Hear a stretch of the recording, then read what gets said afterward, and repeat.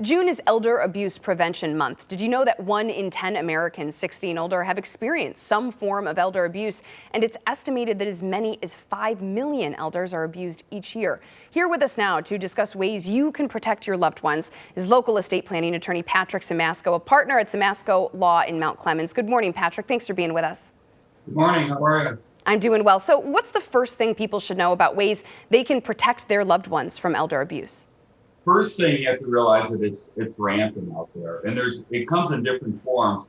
There's physical abuse, mental abuse, but financial abuse or financial exploitation is the big thing. So you just have to realize that there's many predators out there to try to get your loved one's money, and they're really good, and they're really smart, and they trick you up, whether you're elderly or younger, but the elderly are more susceptible to it.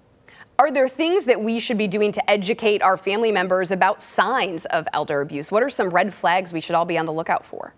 Well, if you look at the physical side, especially with COVID, so many of our seniors were locked in their house, and they were being cared for by a family member or a caregiver, or they're being so isolated. So you have to try and get involved. And it was really hard because they couldn't go into the assisted living. They couldn't maybe travel to go see their parents. So you just have to have the family be aware and talk to mom and dad about it.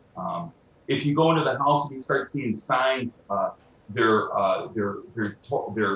might have some physical marks, or their clothes are torn. That's one thing, but it's the mental side of it. They may be isolated from their other family members. Are the caregivers abusing them? Are the other children that are coming to take care of them? So you just have to be aware and listen to mom and have conversations with mom and dad about this. And I know, Patrick, that some seniors can feel really vulnerable in those situations. So what can we do to help our loved ones protect themselves and use their own voices? First thing, you have to really talk to them about it. And let's talk about the financial abuse or exploitation. Our parents are trustworthy. They listen to the people. They talk to people on the phone. So you have to really talk to them about, don't give up their credit card numbers. Don't give up their date of birth. Don't have any conversation with the person on the phone. But once they get into this trap, like they call you up and say, oh, your grandson just been arrested. Our neighbor just got abused by that.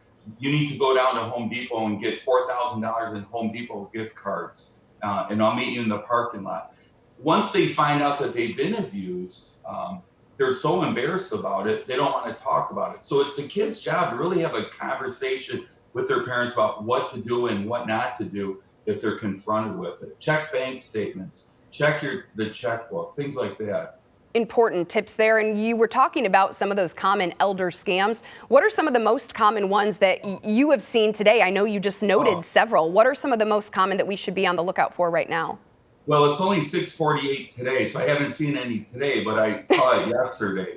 One of it was we get the call, grandma gets a call, oh my God, your grandson's just been arrested. Oh, my son Kyle? Yeah, Kyle, he's been arrested. You need to bail him out of jail. The IRS scam is prevalent.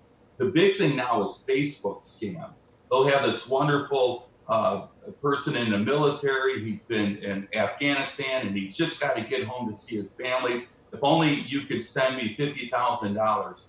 We had one family, they got hooked in for about $300,000. The crooks got out of them.